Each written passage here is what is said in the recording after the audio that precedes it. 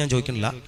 നിങ്ങൾക്ക് ഏറ്റവും നല്ല ഒരു കാര്യം ഞാൻ പറയുകയാണ്. പ്രിയപ്പെട്ട അമ്മമാര് ഓർത്തോളൂ, ജീവിതത്തിൽ നിങ്ങൾ നിങ്ങളുടെ ഭർത്താവിന്റെ ഉമ്മയെ ജീവന തുല്യം നിങ്ങൾക്ക് സ്നേഹിക്കാൻ പറ്റുമെങ്കിൽ നിന്റെ ജീവിതം സമ്പൂർണമായിട്ടും വിജയിച്ചു.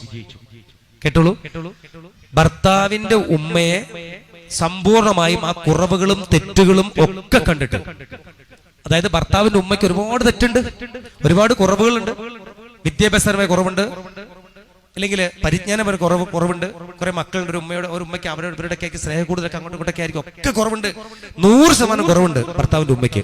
ആ കുറവുകളെല്ലാം കണ്ട് അറപ്പും വെറുപ്പുമില്ലാതെ ഹൃദയത്തോട് ചേർത്ത് പിടിക്കാൻ എനിക്കാകുമെങ്കിൽ, എത്ര പേര് അങ്ങനെ സ്വമനസ്സോട് ചിന്തിക്കുമെങ്കിൽ നിങ്ങൾ ഓർത്തോളൂ, നിങ്ങളുടെ ജീവിതം സമ്പൂർണ്ണമായി വിജയിച്ചു.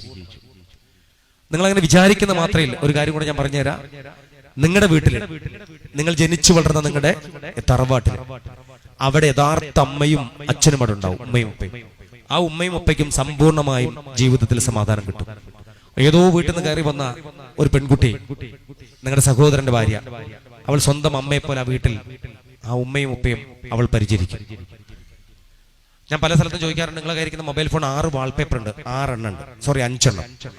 ഏതെങ്കിലും ഒന്നിനകത്ത് നിങ്ങളെ ഭർത്താവിന്റെ ഉമ്മയുടെ ഫോട്ടോ ഉണ്ടോ? കൈ പൊക്കി കഴിഞ്ഞാൽ ഒരു 5 ലക്ഷം ഒന്നും ഞാൻ തരൂല. നല്ല ചോദിച്ചു കുടുങ്ങി തൊട്ടപ്പുറത്ത്. എനിക്ക് ഇഷ്ടപ്പെട്ടു ഷഹന എന്ന പെൺകുട്ടി കൈ പൊക്കി അവിടുന്ന് വരാൻ പറഞ്ഞു. കണ്ണു നിറഞ്ഞിട്ട വേദിയിൽ വന്നത്, തൊട്ടടുത്ത സ്കൂളിൽ, ചാപ്പരങ്ങാടി സ്കൂളിൽ. നോക്കുമുണ്ട് ഭർത്താവിന്റെയും ഭാര്യയുടെയും ആ ഉമ്മയുടെയും ഫോട്ടോ ആ സഹോദരി കൊണ്ട് നടക്കണം.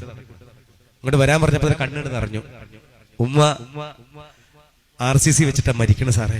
ഉമ്മനെ ഞാൻ അങ്ങനെ നോക്കിയാണ്, ഉമ്മ പോയി അറിഞ്ഞു. ഉമ്മനെ അങ്ങനെ നോക്കി ഉമ്മ പോയി അറിഞ്ഞു. നമുക്ക് സ്വന്തം ഉമ്മയെ പറയുന്ന പോലെ പറയണം.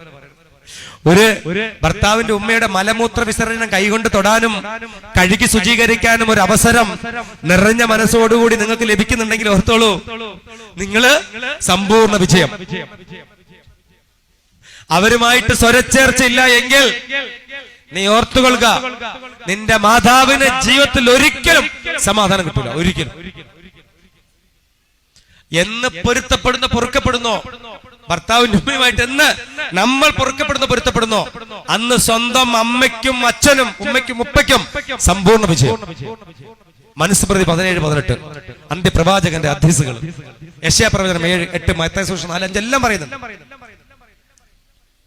എല്ലാം പറയുന്നുണ്ട്. അതുകൊണ്ട് ഓർത്താ മതി, കൂടുതലൊന്നും ചിന്തിക്കണ്ട. ഭർത്താവിന്റെ ഉമ്മയെ ജീവന തുല്യം സ്നേഹിക്കാം. ഇനി ഭർത്താക്കന്മാരുടെ ഞാൻ കാര്യം പറഞ്ഞുതരാം. നിങ്ങളുടെ കയ്യിരിക്കുന്ന മൊബൈൽ ഫോണിനകത്ത് ഭാര്യയുടെ ഉമ്മയുടെ ഉപ്പയുടെ ഫോട്ടോ ആരെങ്കിലും വാൾപേപ്പർ സൂക്ഷിക്കുന്നവരുണ്ടോ? ഇവിടെ 5 വാൾപേപ്പർ ഉണ്ട്, 5 എണ്ണം. ഈ ഇരിക്കുന്ന പാവം പിടിച്ച ഭാര്യമാർക്ക് ജീവിതത്തിൽ ഒരിക്കൽ പോലും അവരുടെ ഉമ്മയോ ഉപ്പയോ ശുശ്രൂഷിക്കാനോ അന്ത്യനാളുകളിൽ അവരുടെ കൂടെ ചെലവഴിക്കാനോ സമയം കിട്ടൂല. ഒരു പക്ഷേ സമയം കിട്ടും, പക്ഷെ അവർ മരിക്കുന്ന സമയത്ത് ഒരു പക്ഷെ ആശുപത്രിക്ക് പോകാൻ മാത്രം വിധിക്കപ്പെട്ടവരായിരിക്കും ഭാര്യമാര്. ആശുപത്രി പോയിട്ടില്ല, കണ്ട് കേട്ടൊക്കെ പറയും, ഞാൻ പോട്ടിട്ട് ഉമ്മ അവിടെ കുട്ടി ഒറ്റക്കാണ്, ഇക്കാക്കപ്പോൾ വരും, ഒറ്റക്കല്ല ഞാൻ പോട്ടിട്ടെന്ന് പറഞ്ഞ് കണ്ണൊക്കെ നിറഞ്ഞ് ഉമ്മനൊന്ന് കെട്ടിപ്പിടിച്ച് ഉമ്മ സലാമൊക്കെ പറഞ്ഞ് നമ്മൾ വീട്ടിൽ അവിടെ നിന്ന് ഇറങ്ങിപ്പോയി ആശുപത്രിയിൽ നിന്ന്. പക്ഷെ 2 ദിവസം കഴിഞ്ഞാൽ ഫോൺ വരും, ഉമ്മ മരിച്ചു, ഉപ്പ മരിച്ചു എന്നൊക്കെ പറഞ്ഞ് നമുക്ക് വിവരം കിട്ടും. നമ്മൾ ആ മയ്യത്ത് നമസ്കാരത്തിൽ നമ്മൾ പങ്കെടുക്കാൻ പറ്റില്ല, ആ ഭൗതിക ശരീരം അടക്കുന്നപ്പോൾ പങ്കെടുക്കാൻ പറ്റുള്ളൂ. അപ്പോൾ നോക്കിക്കോളൂ, ആ ഭാര്യ നമ്മുടെ വീട്ടിൽ നമ്മുടെ അമ്മയ്ക്കും നമ്മുടെ അച്ഛനും വേണ്ടി മാത്രം വേല ചെയ്യാൻ വേണ്ടി നമ്മൾ കൊണ്ടുവന്നിരിക്കും നമ്മുടെ വീട്ടില്.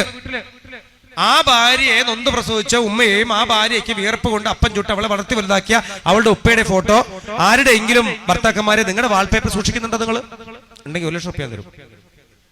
1 ലക്ഷം രൂപ കൈവക്കാം. 3 2 കേട്ടോ, പെട്ടെന്ന് 1 2 3. പുസ്തകം കുറച്ച് വെള്ളം കൊണ്ടുവരാ. ആരും കൈവക്കിയിട്ടില്ല. സന്തോഷായി. പേടിപ്പിക്കലുണ്ടോ കൈവക്കിയിട്ട്? ഓക്കെ. അപ്പോ ഇല്ലേ പ്രിയപ്പെട്ടവര്, നമ്മളെങ്ങനെയാ?